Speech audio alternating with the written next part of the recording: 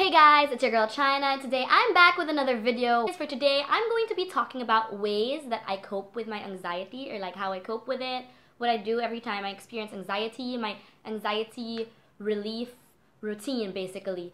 So if you guys watched my past video, you would know that I've experienced anxiety ever since, and I always get anxiety attacks, panic attacks.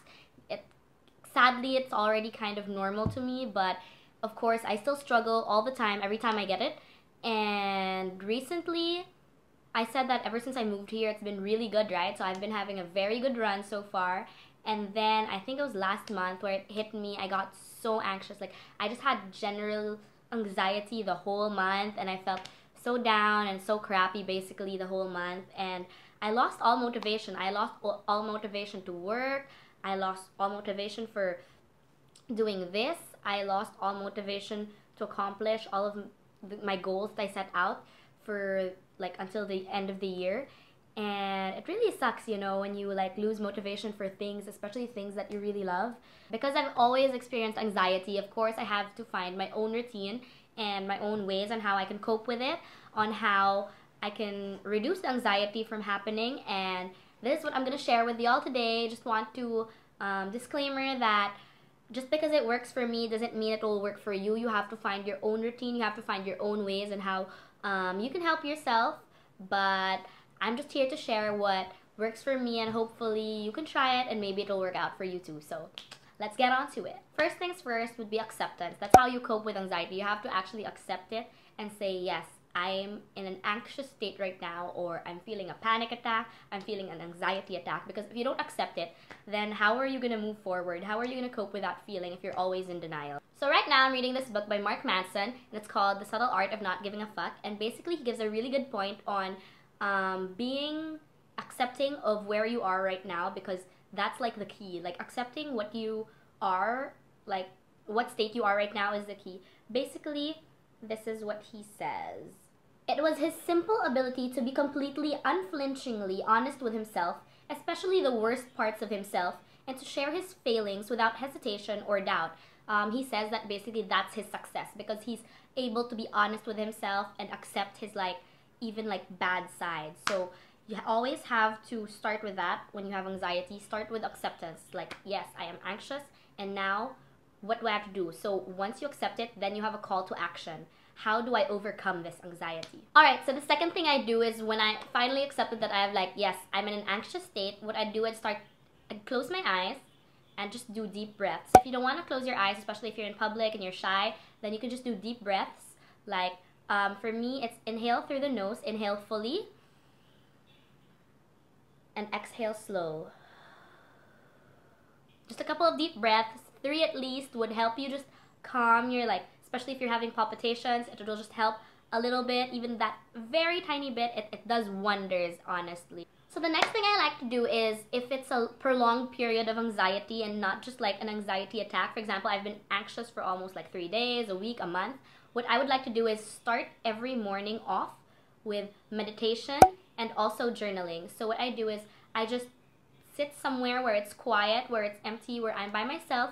I sit down. I usually have a yoga mat. I sit down and I just close my eyes. I do my breathing exercises. Stay calm. You can also play calm instrumental music, yoga music. I'll link down below. I'll put a link down below on some Spotify playlists I listen to when I like to do my meditation. And basically, I also do journaling every morning. I started this just recently actually, and I found that it helped a lot. Basically, I just get a notebook. I write down, you can write anything down. You can make it a diary, just write down your feelings. You can make it like a poetry if you're a writer, like a poetry journal.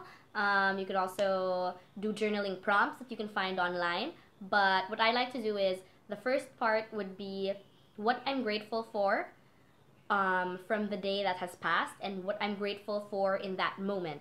And then second is, I like writing down my intention for the day. Because I believe that we should live less out of habit and more out of intention.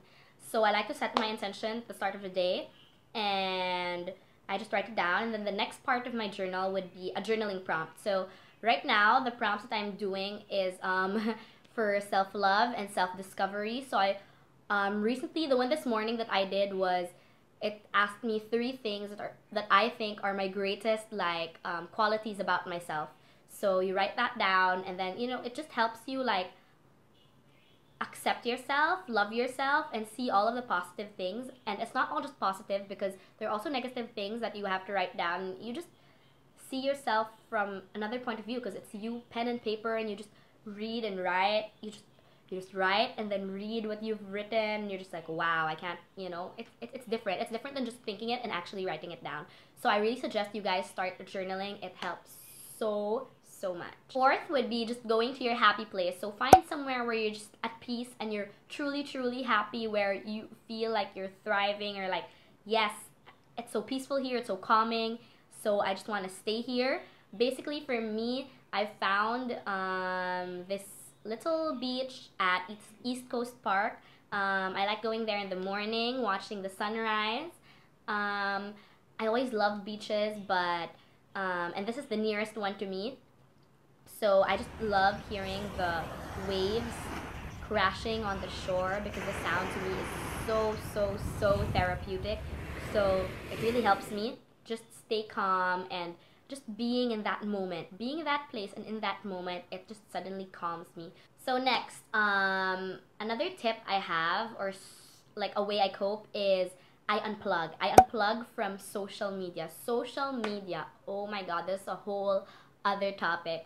Social media is so, in my opinion, in my personal opinion, is so toxic. It's so toxic for your mental health, especially if you're someone who's very insecure, like me. Very insecure about your image, physical or online. Also, insecure about your success, where you are right now, just insecure in general. It's a very toxic place to be. So when you're on social media, you always have to be careful. Just be careful that you're not there to see others, to compare yourself to others. Especially, make it just a way of expressing yourself and never for comparison, because otherwise, anyways, back to the topic. So unplug from social media, unplug from everyone, and just, go to your happy place. As I said, take a walk. Like for me, take a walk by the beach, just sit there, reading a book, listen to music. Just do something that's off of the internet, or maybe stay on the internet. You can do research, you can read on the internet, you can even watch a movie, visit your favorite bakery, go to a restaurant, treat yourself out to breakfast, to dinner. Just unplug. Forget social media, forget Twitter, forget Instagram. Like, even if it's just for a couple of minutes, because it'll really help. Next, I really love doing yoga, because some people go to yoga for strength training, to improve their flexibility. My main purpose for yoga is to reduce stress, or to release all of my stresses. I just feel like when I'm doing yoga, in that moment, in the mat, I'm just present there, and everything else outside the mat doesn't matter. Like, it's just me in that moment, and I feel so peaceful, so calm, because everything else is blocked out. When I'm doing yoga, all of the thoughts that's trying to enter my mind, they're just like, I just imagine them as clouds passing by. That's why I love doing yoga as a practice, whether in class or personal practice. It's really great, especially when you reach Savasana. That's like ultimate, yes, I'm in peace. But yeah, it really helps. Even if it's just a few minutes or 1 hour of yoga, it super helps and does a lot for me. So another thing I like to do aside from yoga would be working out. Working out is a way to release stress for me. Not just stress, but also anxiety. Pushing myself to work out, knowing that I got work done. Like, wow, I feel like I can accomplish the world. Basically, I'm just like, I'm in a very anxious state, but I push myself to go work out, to lift some weights, to like do some HIIT, do some boxing, do some cardio, do some cycling. And after that, you lose some weight, you feel all of the endorphins rushing, all of the adrenaline, and you're just like, wow, I have like a newfound appreciation for life. No, but basically you're like, you feel strong, you feel motivated again, you feel like you've done something, and even if it's that little thing of working out, it's still something, so you feel good. So next, I suggest when you're experiencing anxiety, prolonged or just that in that moment, I suggest you find someone to talk to. Talk to someone about your anxiety. Tell them you're experiencing anxiety and just tell them how you're feeling. Aside from writing it down in a journal, I know it's like talking to someone, it really helps to actually talk to someone else. First, you might be scared, like, oh, no one's gonna understand what I'm feeling, but trust me, you will find that friend. You will find that someone that you trust and that will understand you. It's very important to talk to someone about your anxiety because just battling it alone is so hard. Like, battling is inside your brain is hard enough. So let it out. Let it out and let someone talk to you. Let someone help you, even if it's just not literal help, but them being there for you, just listening to you, like telling them how you feel.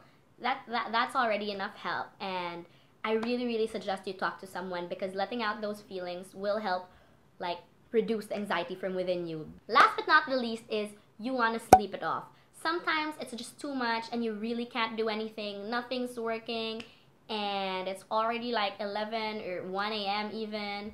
You just want to just breathe first, lie down, force yourself to sleep. I know it's hard sometimes, especially for those that have insomnia, experience insomnia, but sometimes you just have to sleep it off, and when you wake up the next morning, you're gonna have this like newfound appreciation for life. Like, wow, nothing happened yesterday. Was I anxious? Nope, I just slept it all away.